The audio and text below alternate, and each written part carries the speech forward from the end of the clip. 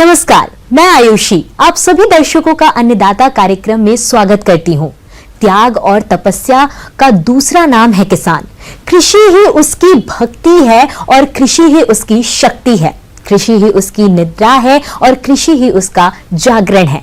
ऐसे ही भारतीय किसानों को खेतीबाड़ी से जुड़ी हुई बहुत सी नई लाभकारी जानकारियां देने के लिए हर रोज सुबह हम आपके साथ आते हैं। तो चलिए कार्यक्रम शुरू करने से पहले देखते हैं क्या है आज के अन्नदाता में। सब्जियों की नर्सरी तैयार करने की वैज्ञानिक विधि।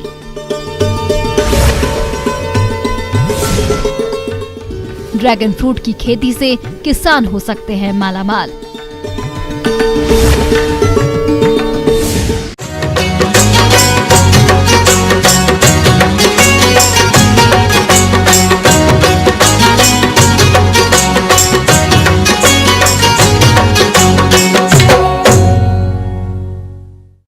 हमारे राज्य में किसान बहुत सी सब्जियों और अन्य फसलों की खेती के लिए नर्सरी तैयार करते हैं, लेकिन इस समय खुले में नर्सरी डालने पर अधिक गर्मी और कीट व्याधियों के प्रकोप की वजह से स्वस्थ पौधे प्राप्त नहीं हो पाती है। अगर किसान प्रो ट्रे में नर्सरी डाले तो वे इन समस्याओं से होने वाले नुकसान से बच सकते हैं और स्वस्थ पौधे तैयार कर सकते हैं। तो आप किस तरह से करें प्रो ट्रे में नर्सरी तैयार, इस बारे में जानकारी दे रही हैं भारतीय कृषि अनुसंधान केंद्र पलांडू रांची की कृषि वैज्ञानिक डॉक्टर मीनू कुमारी।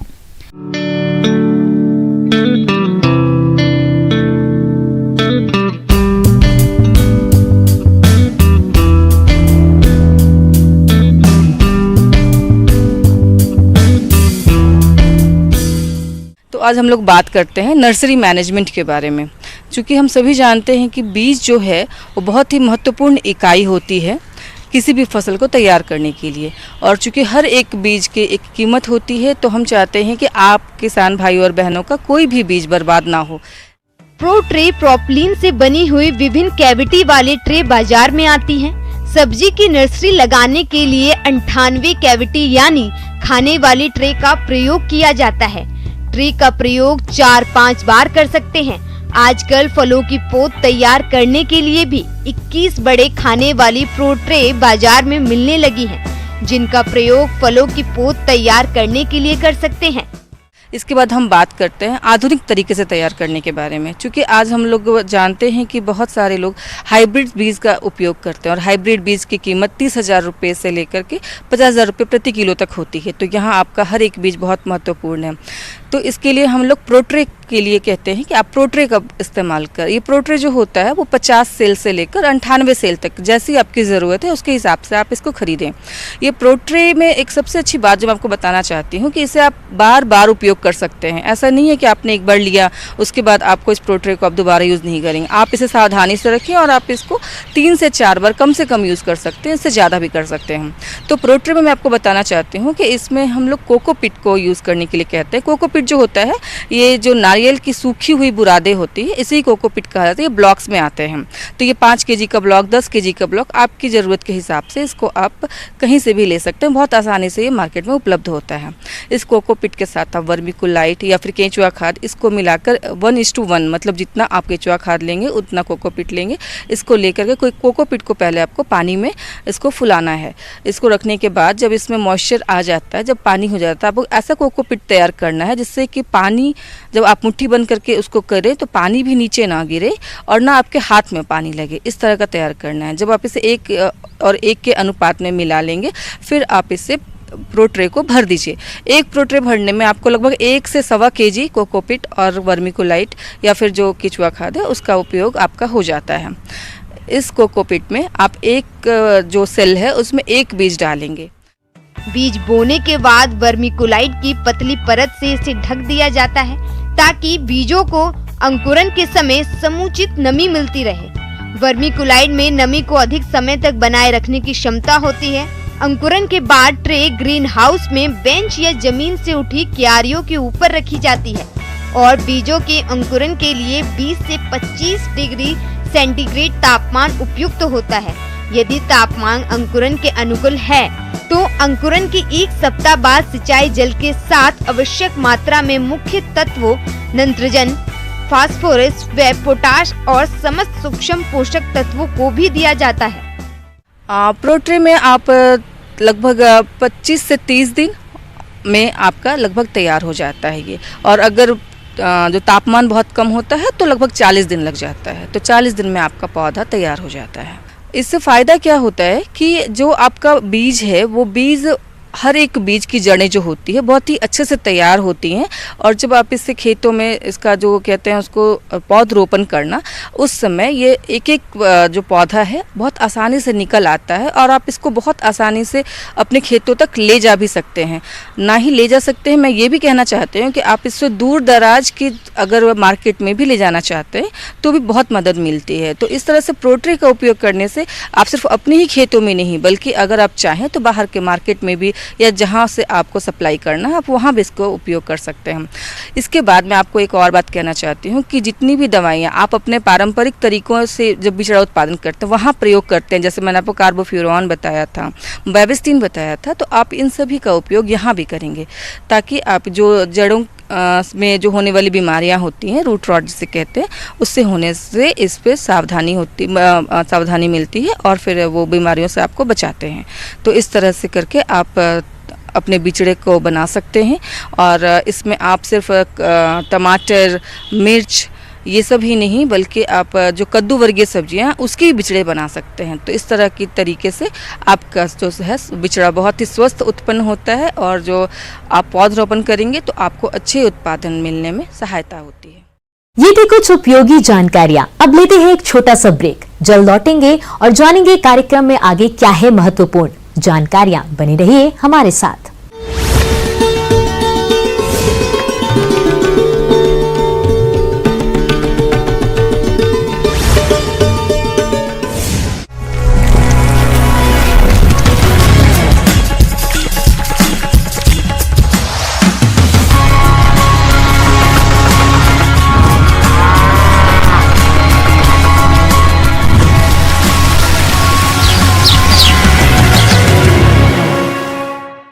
ब्रेक के बाद आप सभी दर्शकों का स्वागत है। चलिए अब रुख करते हैं अगली कड़ी की ओर।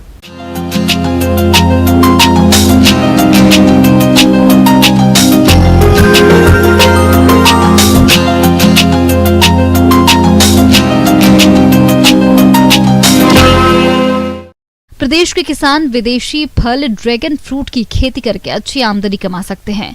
ये एक विदेशी फल है जो उत्तर अमेरिका में मूलतः होता है। इसमें एंटीऑक्सीडेंट प्रचुर मात्रा में पाया जाता है और भी कई उपयोगी तत्व की मौजूदगी की वजह से ये स्वास्थ्य की दृष्टि से काफी उपयोगी फल साबित हो रहा है। इतनी सारी खूबियों के कारण ही इसे सुपर फ्रूट्स भी कहा जाता है और बाजार में भी इसकी अच्छी मांग है। देखिए एक खास रिपोर्ट।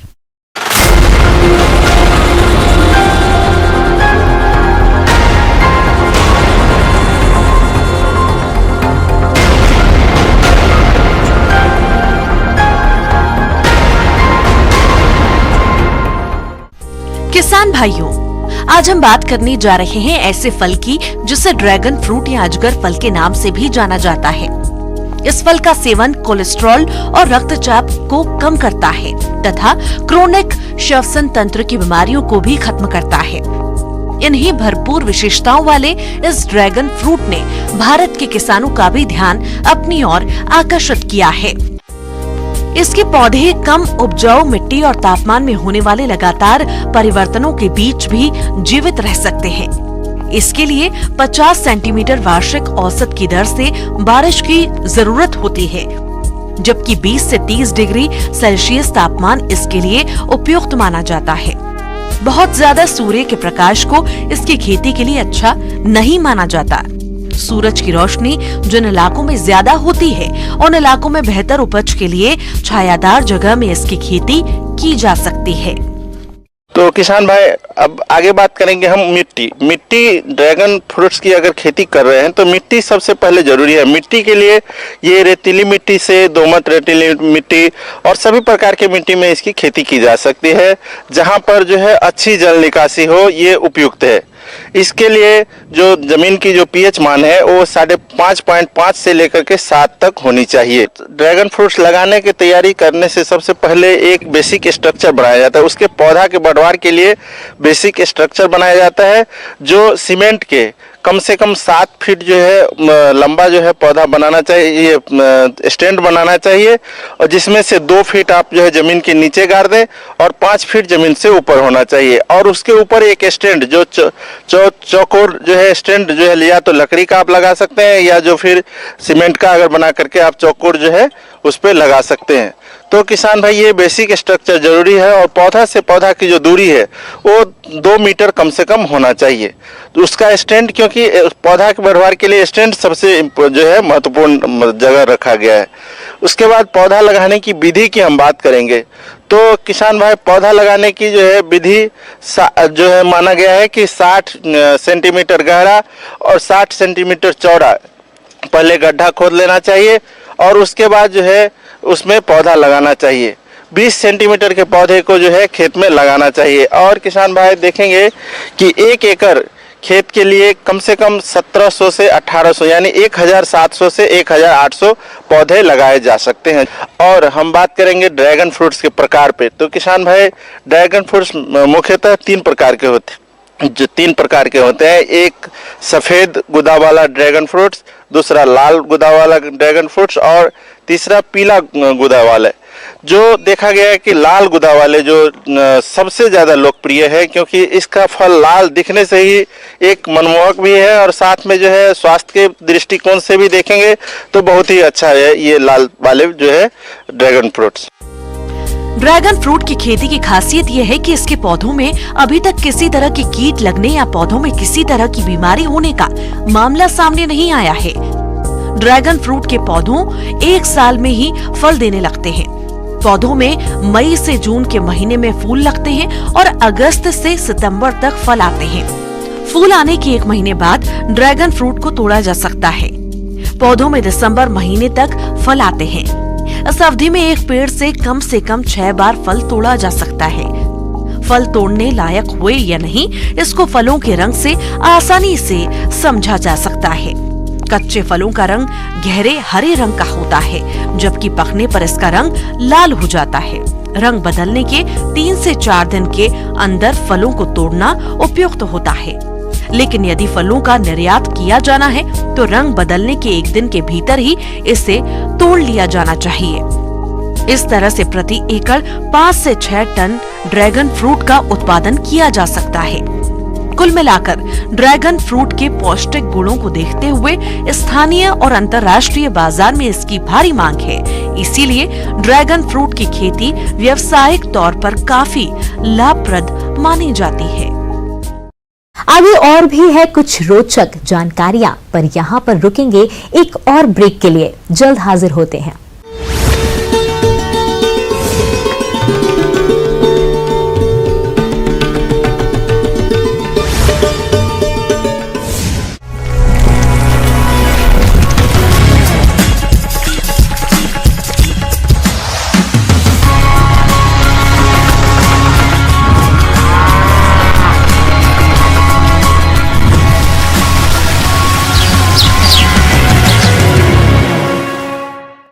ब्रेक के बाद एक बार फिर से आप सभी दर्शकों का अन्नदाता कार्यक्रम में स्वागत है। बढ़ते हैं अगली प्रस्तुति की ओर।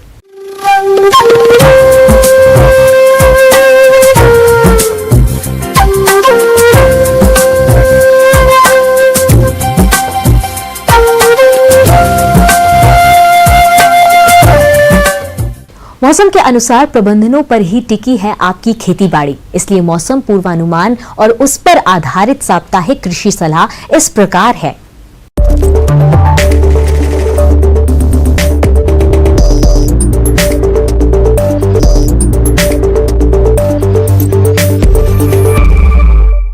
ग्रामीण कृषि मौसम सेवा भारत मौसम विज्ञान विभाग बिरसा कृषि विश्वविद्यालय कांके रांची द्वारा भेजे गए मौसम पूर्वानुमान रिपोर्ट के आधार पर रांची और इससे लगे जिलों के किसान भाइयों को सलाह दी जाती है कि आगामी 4 दिनों के दौरान चक्रवाती तूफान आसानी के प्रभाव के कारण अगले कुछ दिनों तक आकाश में बादल छाए रहेंगे तथा तेज हवा के साथ कहीं कहीं हल्की तो कहीं कहीं मध्यम वर्षा होने की संभावना है। ऐसे में इन क्षेत्रों के किसान भाइयों को सलाह दी जाती है कि संभावित वर्षा के बाद मिट्टी में पर्याप्त नमी मौजूद रहने पर किसान अपने खाली पड़े खेतों की जुताई ढाल के विपरीत दिशा में करें तथा खेत की मेड़ों को दुरुस्त कर लें। वर्षा जल संचयन के लिए अपने खेतों के निचले भाग में छोटे छोटे गड्ढे का निर्माण करें। फल या लकड़ी के पौधे लगाने के लिए गड्ढों की खुदाई इस समय कर लें। मिट्टी की उर्वरा शक्ति बढ़ाने के लिए हरी खाद वाली फसल की बुआई करें तथा जो किसान भाई अदरक, हल्दी या ओल की खेती करना चाहते हैं वे अभी अविलंब इसकी बुआई करें।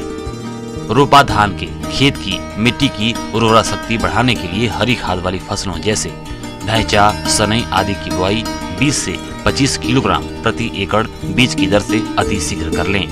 अदरक की उन्नत किस्म वर्धमान, सुरुचि, सुप्रभा, नदिया इत्यादि में से किसी एक किस्म की बुआई 40 सेंटीमीटर कतार से कतार और 10 सेंटीमीटर पौध से पौध की दूरी पर करें।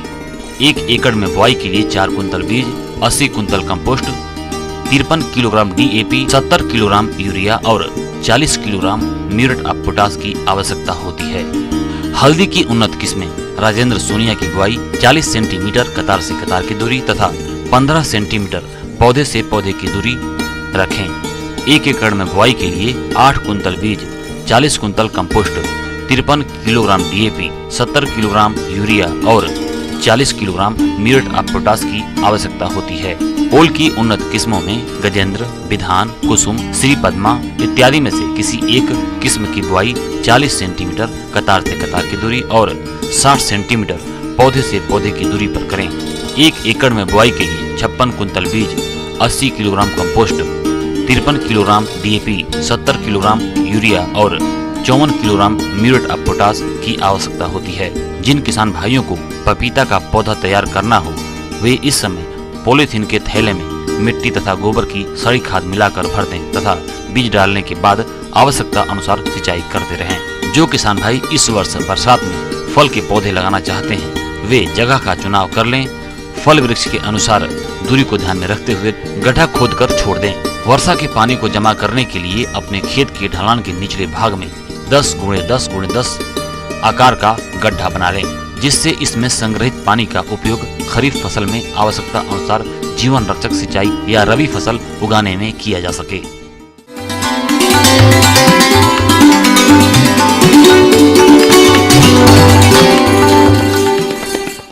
अन्नदाता हेल्पलाइन निशुल्क फोन संपर्क सेवा के माध्यम से आपकी द्वारा पूछी गई समस्याओं में से 1 या 2 महत्वपूर्ण समस्याओं को हम अपने कार्यक्रम में शामिल करते हैं। इसी के तहत आज की चयनित समस्या और उसका जवाब इस प्रकार है।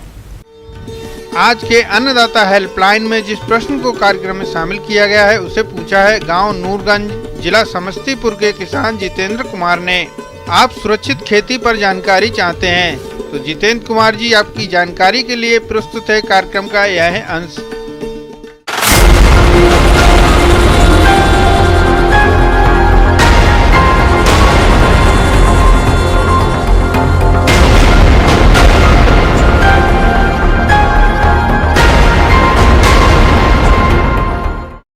किसान भाइयों नमस्कार।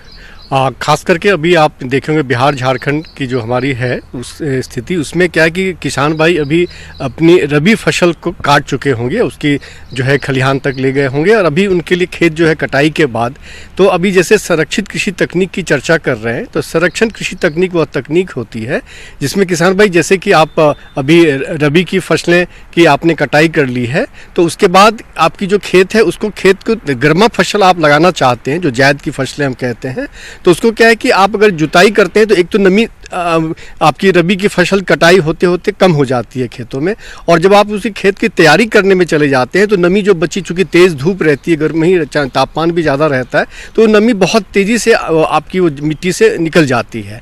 तो यह तकनीक वह तकनीक है जिसमें कि आप सिर्फ जिसको कि कहते हैं कि शून्य जुताई द्वारा, तो शून्य जुताई द्वारा आप अपने खेतों में, जैसे हम अगर मानवीय विधि से करें तो उसमें आप चीरा लगा करके हल्का क्लीवेज ओपनिंग करते हैं ताकि उसमें हम बीज और खाद को डाल सकें, ताकि हमें पूरी पूरे खेत की जुताई करने की आवश्यकता जो है वो नहीं पड़ती है। इस तरह से जो है आप गर्मा फसलों का आप जो है उसमें बुआई कर सकते हैं, ताकि कम नमी में आपकी जो है यह जो आपकी बीज है या जो आपकी फसल है आ जाएगी। और उसके बाद जैसे आपके पास हल्की सिंचाई की व्यवस्था है, अगर आपके पास सिंचाई हेतु, तो आपकी गर्मा फसल भी आपकी अच्छे ढंग से आपकी पैदावार हो जाती है।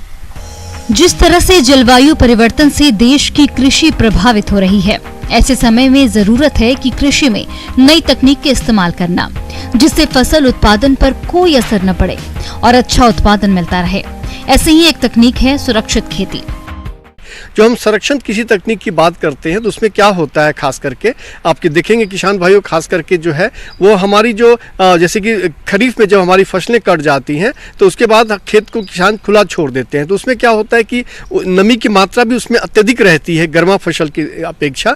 तो उसमें क्या है कि आप शून्य जुताई द्वारा जो है उसमें जैसे दलहनी तलहनी फसलों की, जैसे चना है, मसूर है, तीसी है, सरसों है, तो इसके भी उस समय आप बहुत अच्छे ढंग से सुरक्षित। और दूसरी चीज़ें क्या होती है, जैसे आप गर्मा में भी जो आप फसल को लगाने जा रहे होते हैं तो उसमें जो कतार से कतार जो आप पंक्तिबद्ध ढंग से करें, चूंकि आप क्लीवेज या जीरो टिलेज मशीन से करेंगे तो आपकी ये पंक्तिबद्ध होगी। उसमें जो है जो फसल अवशेष से इसको आप दोनों जो फसलों की दो पंक्तियां उसके बीच में आप जो है वो आप जो है उसमें ये फसल अवशेष को डालें, ताकि नमी जो है संरक्षित रह सके खेतों में।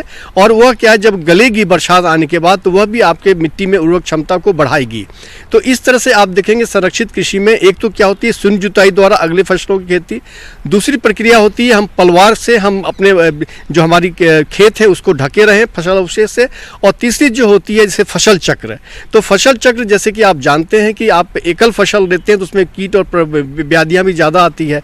जब आप फसल चक्र में जाते हैं और खास करके जब आप दलहनी फसलों का आप अपने फसल चक्र में लेते हैं तो मिट्टी में नाइट्रोजन की भी जो है वो फिक्सेशन करती है राइजोबियम बैक्टीरिया के माध्यम से। जैसे आप चने की फसलें लेते हैं, चाहे आप वो खरीफ के बाद, तो करीब 40 से 60 केजी नाइट्रोजन जो है प्रति हेक्टेयर जो है वो आपके जमीन में समाहित होती है, ताकि यह जो है अगले फसल के लिए जो है नाइट्रोजन की मात्रा आपको उपलब्ध कराती है। सुरक्षित खेती के तहत किसान कीट और रोगों की रोकथाम के लिए जैविक विधियों को अपनाएं, जिनमें कीटों के नियंत्रण के लिए नीम आधारित कीटनाशक, जैव कीटनाशकों का प्रयोग करें, मित्र कीटों का संरक्षण करें, खेत में लाइट ट्रैप और फेरोमोन ट्रैप का प्रयोग करें, खेत में पक्षियों के बैठने के लिए टी आकार की खूंटियां लगाएं, ताकि पक्षी कीटों को खाकर नष्ट कर सकें।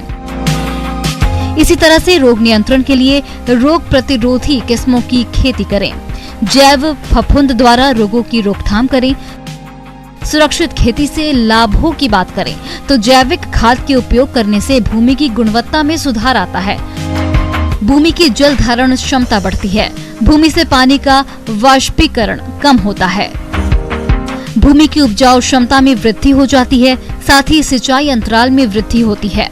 रासायनिक खाद पर निर्भरता कम होने से लागत में कमी आती है, फसलों की उत्पादकता में वृद्धि होती है।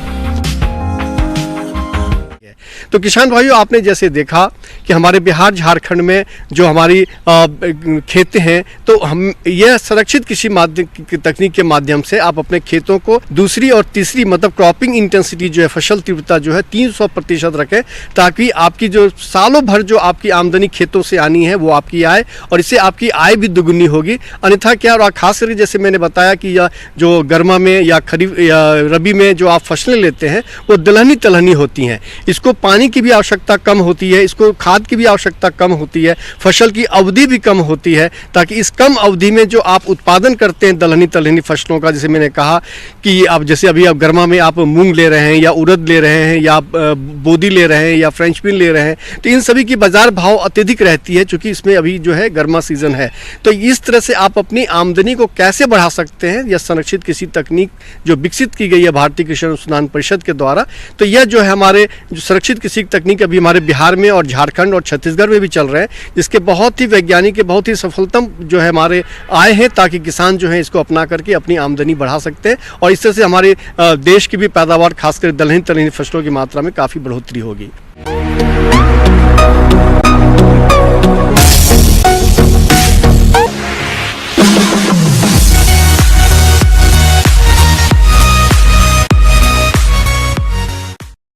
राज्य की विभिन्न मंडियों में कृषि उत्पादों के चढ़ते उतरते बाजार भाव की संक्षिप्त जानकारी इस प्रकार है।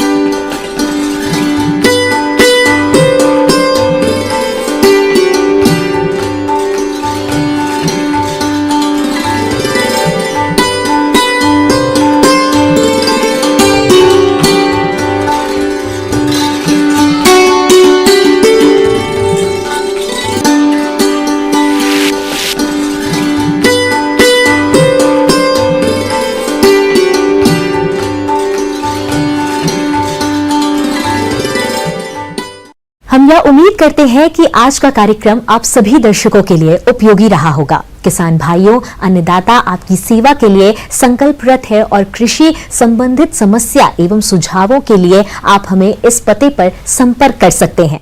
प्रोड्यूसर अन्नदाता news 18 Bihar Jharkhand, Ramoji film city, Hyderabad 501512। साथ ही आप हमें ईमेल कर सकते हैं। हमारा ईमेल है p18annadatta@nw18.com।